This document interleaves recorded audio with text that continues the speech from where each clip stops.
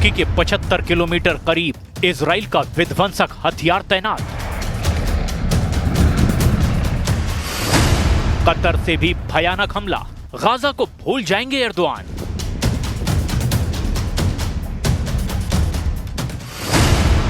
Trump के veto बम का धमाका, अरब वर्ल्ड की निकली चीख। ये अमेरिका है, इजराइल के लिए किसी भी हद तक लड़ेगा।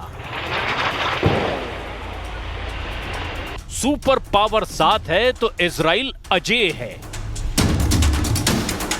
अमेरिका ने फिर से इजराइल के दुश्मनों को दहला दिया है।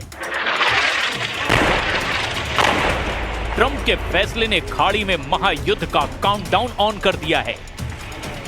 इजराइल ने जिस तरह आक्रामक रुख अपनाया है, उससे कई मुल्क मटिया मेट हो सकते हैं।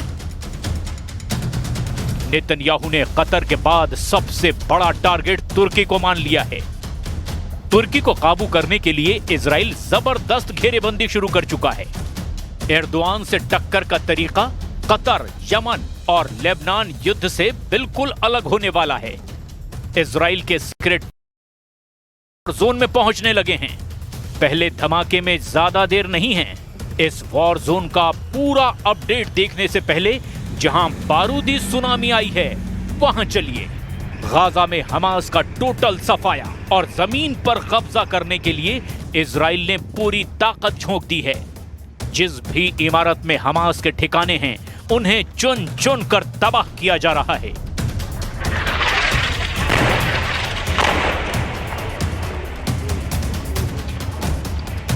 आसमान से इजरायली फाइटर जेट मिसाइलों की बरसात कर रहे हैं, तो गाजा में मौजूद इजराइल की पैदल सेना टैंक और तोप से बारूदी जलजला ला रही है।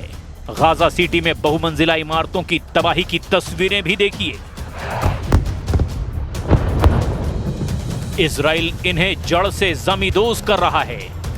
हाई राइज बिल्डिंग की बुनियाद पर मिसाइलें दागी जा रही है।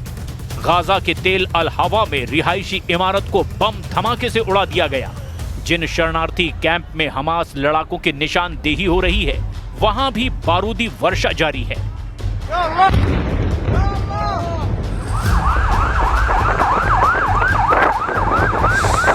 इजराइल के हमलों से भड़के हमास ने आत्मघाती लड़ाकों को मोर्चे पर तैनात किया है।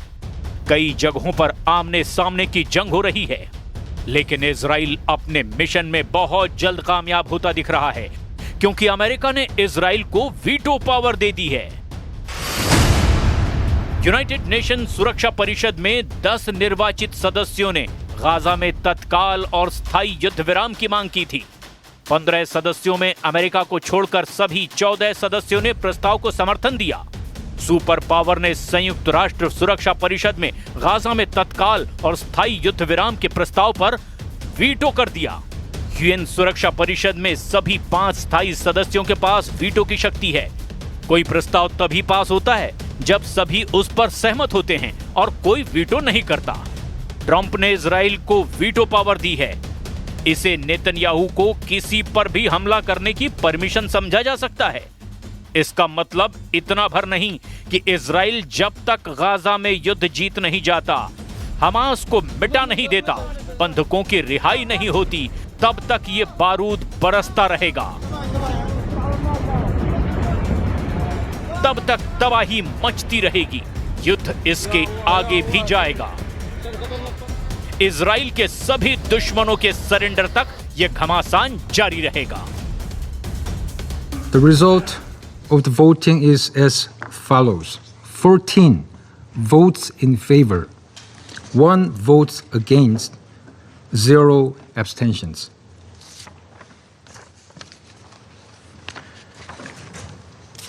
The draft resolution has not been adopted, owing to the negative vote of a permanent member of the Council. Trump के स्टैंड से अरब कंट्री ईरान और तुर्की तिलमिला उठे हैं।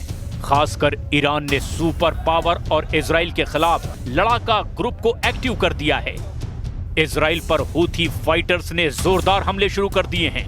ये ड्रोन हमला दक्षिणी एलैट शहर के होटल पर हुआ है। सीसीटीवी तस्वीरों में ड्रोन धमाके के बाद लगी आग को देखा जा सकता है। इजराइल पर ड्रोन बम फोड़ने के बाद हूथी लड़ाकों ने लगातार हमले की धमकी भी दे डाली है।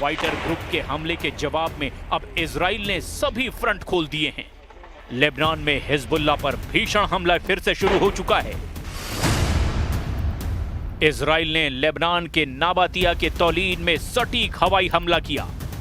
निशाने पर हिजबुल्लाह की राजबान फोर्स का कमांडर हुसैन सैफो शरीफ था, जिसे मिसाइल धमाकों में इजराइल ने उड़ा डाला।